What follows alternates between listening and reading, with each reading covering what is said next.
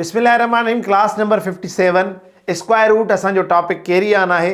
इन video lecture के अंदर असी जो कुछ पढ़ण वारा आहियूं वो यो है तो परफेक्ट स्क्वायर छा हुंदो आहे, परफेक्ट स्क्वायर जी कहिड़ी फेनामिना थींदी आहे, कीअं असां उनखे प्रूफ कंदा आहियूं। सोचो तो स्टार्ट कयूं था पंहिंजी क्लास खे। हाणे तव्हांजे साम्हूं मां परफेक्ट स्क्वायर की डेफिनेशन लिखी आहे।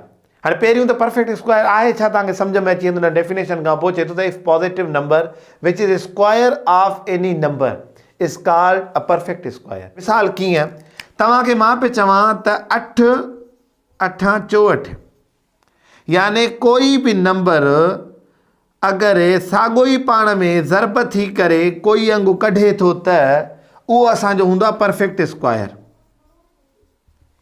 ठीक है। हाँ परफेक्ट स्क्वायर कंहिंखे चवंदासीं जेको मिसाल अगर कोई ये चवे 2 ज़रबिया 3 ॿ 6 असांजो परफेक्ट स्क्वायर है न। छो त तव्हां ॾिसंदव त हिन में हिक जहिड़ा नंबर ज़रब 9 थिया, नई के हिक जहिड़े अंग जे मथां कोई स्क्वायर आयो आहे। हाँ हिन जो परफेक्ट स्क्वायर तॾहिं थिए जॾहिं 2 जे मथां स्क्वायर अचे हा, या ईअं खणी चऊं त 3 जे मथां स्क्वायर अचे हा। यानी अहिड़ा अंग जेके मतलब अहिड़ो को असांजो पॉजिटिव नंबर या कोई नंबर जेको पाण सां ई ज़रब थिए ऐं को जवाब कढे, उन जवाब खे असां परफेक्ट स्क्वायर चवंदा आहियूं। ऐं परफेक्ट स्क्वायर जी जेका हिकिड़ी वैल्यू हूंदी आहे, उनजो जेको अहमियत हूंदी आहे उहा ईअं आहे त अगरि तव्हांखे कॾहिं को प्रॉब्लम में या कहिड़ी जॻह ते अचे थो ऐं उहो परफेक्ट स्क्वायर न आहे त उहो हल न थींदो अॻिते। मिसाल कीअं तव्हांखे मां तव्हां खां थो पुछां त छा 64 जो रूट कढी सघो था तव्हां? हाँ कढंदो, छो त चवंदो सर इहो परफेक्ट स्क्वायर आहे। इहो परफेक्ट स्क्वायर कीअं आहे त 8 स्क्वायर सां आहे। हाणे 8 स्क्वायर माना छा आहे, 8 8 सां ज़रब थियल आहिनि तॾहिं 64 मिलियो। पर मां तव्हांखे चवां थो 15 जो रूट कढो, हिन जो को हिकु नंबर ई न मिलंदो असांखे। यानी तव्हां कहिड़नि 2 अंगनि खे पाण में ज़रब कंदव त तव्हांखे जवाबु 15 मिलंदो। इहे थी नथो सघे।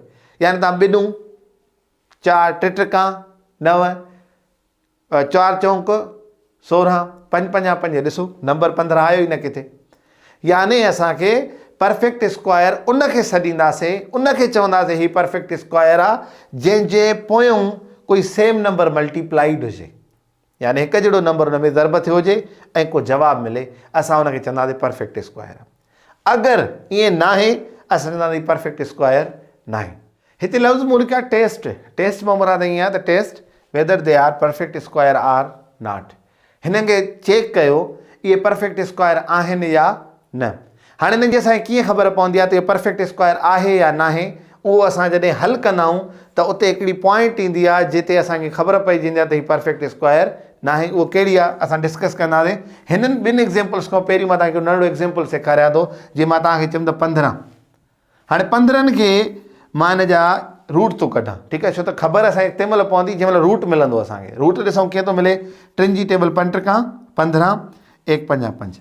हिन जे अंदरि 3 ज़रबिया 5 आयो आहे, कोई बि पेयर कोन्हे, यानी को पेयर ठहे ई नथो। ईअं हुजे 2 3 जो पेयर ठहे, 2 5 जो पेयर ठहे, जोड़ो ठहे, तॾहिं असां हुनखे चवंदा आहियूं परफेक्ट स्क्वायर। अगरि जोड़ो नथो ठहे असां चवंदासीं परफेक्ट स्क्वायर नाहे।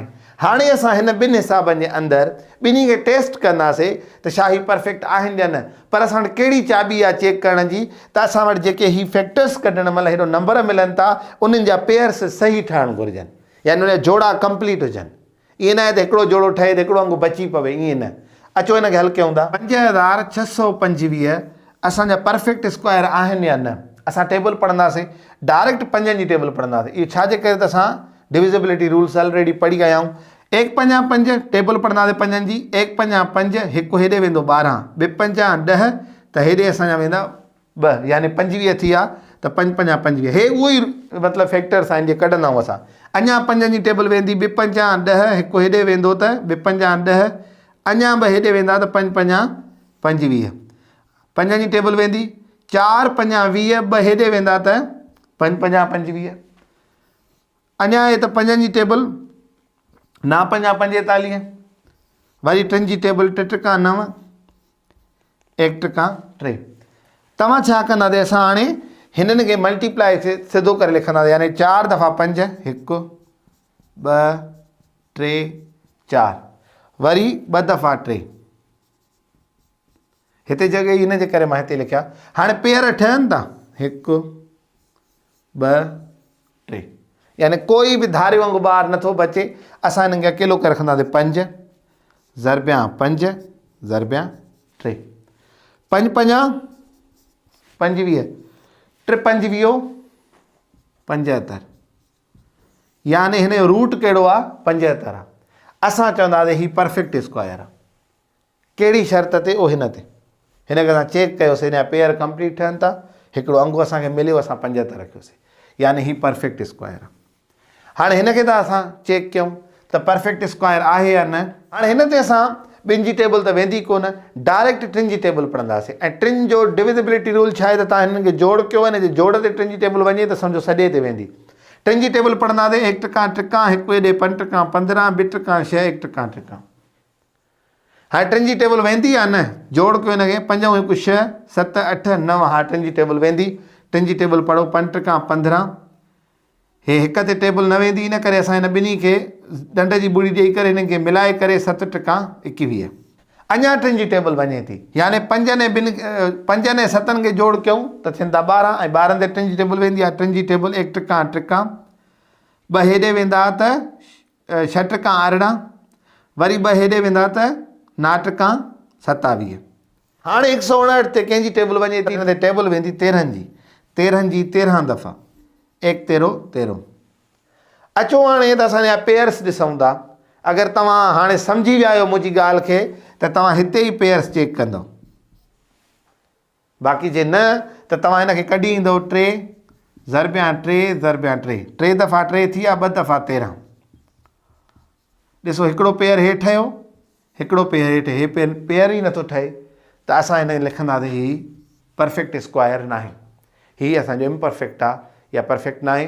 असां हिननि ॿिन्ही खे चेक कयोसीं। चेक करण जो तरीक़ेकार छा हुयो जस्ट पेयर्स चेक कयो पेयर माना जोड़ा हुन जा ठहनि था त ठीकु आहे नथा ठहनि त असांजो उहो परफेक्ट स्क्वायर न आहे। हाणे हिन वीडियो जे आख़िर में असां 2 प्रॉपर्टीज़ पढ़ंदासीं परफेक्ट स्क्वायर जूं। पहिरीं जेका हुनजी प्रॉपर्टी मीन्स ख़ासियत उहा ख़ासियत इहा आहे त square of even number is even यानी कंहिं बि इवन यानी ॿधी अदद जो स्क्वायर तव्हांजो जवाब बि ॿधी हूंदो। ऐं ॿियो नंबर चए थो त जेको तव्हांजो आड नंबर जो स्क्वायर आड थींदो। मिसाल कीअं 3 21 आहे त हिन जो स्क्वायर बि कीअं निकिरंदो जे 9 निकितो आहे।